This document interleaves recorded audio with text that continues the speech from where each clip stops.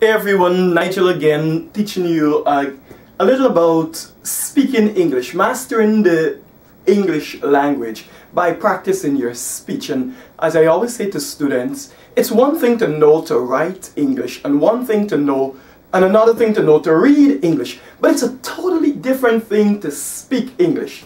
English is not a language that is easily spoken by sight. You needed to master it by practice and by content knowledge. English is made up of the alphabet that we all know have 26 characters. In that alphabet has 23 vowel sounds. The alphabet is made up of a total of 48 letter sounds. This morning I wanted to spend a moment talking a little about diphthongs. Diphthongs is spelled D-I-P-H-T-H-O-N-G-S.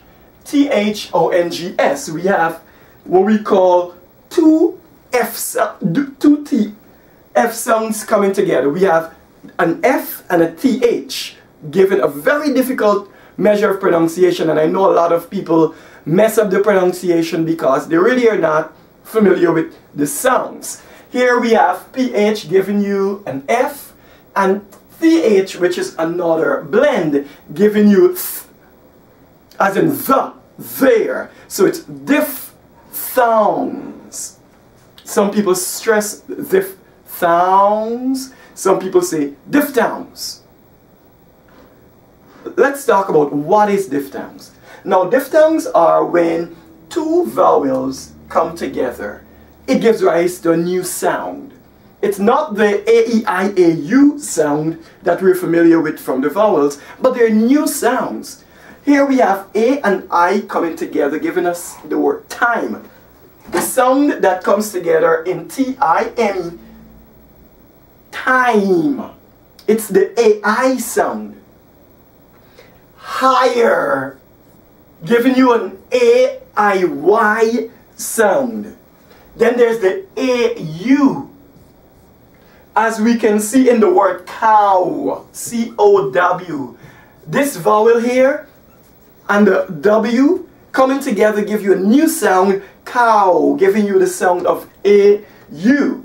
Then we have the A-U-W, and that sounds as in the word power, power.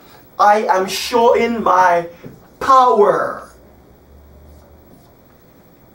New sounds. When you have a diphthong, you don't use the conventional short or long vowel sound format. We use what we call blending formats.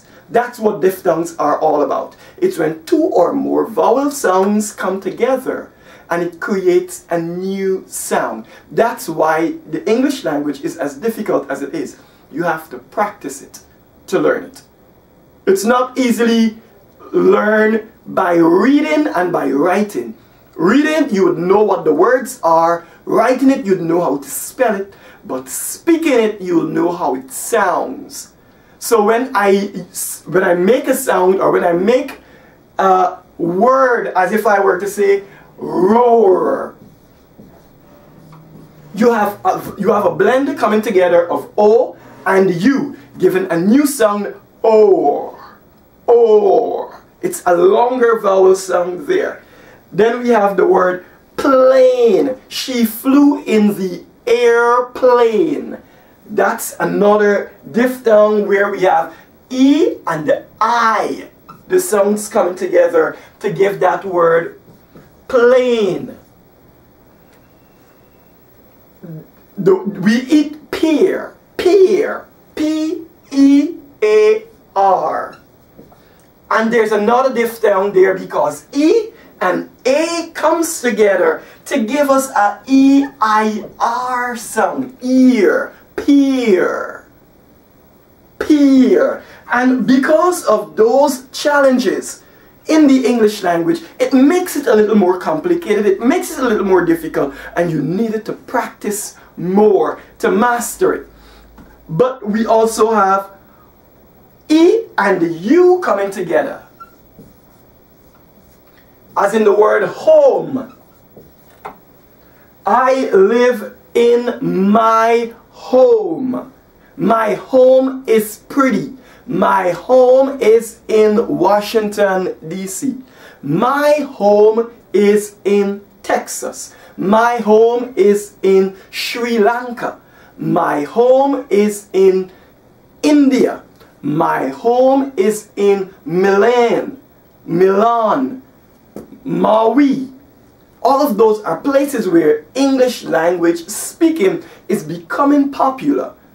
But in order for you to master the language, it's not only good for you to know how to read it and how to write it, but you have to learn how to speak it. I'm going to give you another diphthong in the word ball. Ball. Giving you an OR sound. That's another diphthong. Then we have the OY as in toy. Toy. Toy. She played with the toys. I will get my children some toys. The teacher got me a new toy. My phone is a great toy for me. But we also have the UW sound. Now I don't want you to spend time writing this note because I'm going to give you the worksheet with all of this information. As in the word pure. W and then a W sound. Pure. P-U-R-E. Pure. So we see the challenges that one face if they were to just use their visual understanding of English and say, okay, I know that there are long and short sound in the vowels, and I'm going to go ahead and I'm going to say P-U-R-E, I'm going to say pure, pure, pure. There's no way that you can make that sound clear unless you use a diphthong. When two vowels come together, they give rise to a new sound. That is a diphthong. Once you understand that, you got a little more practice. And my goal is to help you to practice as much as possible. So download the worksheet and go ahead and practice as much as you possibly can. Okay? Until next time, later.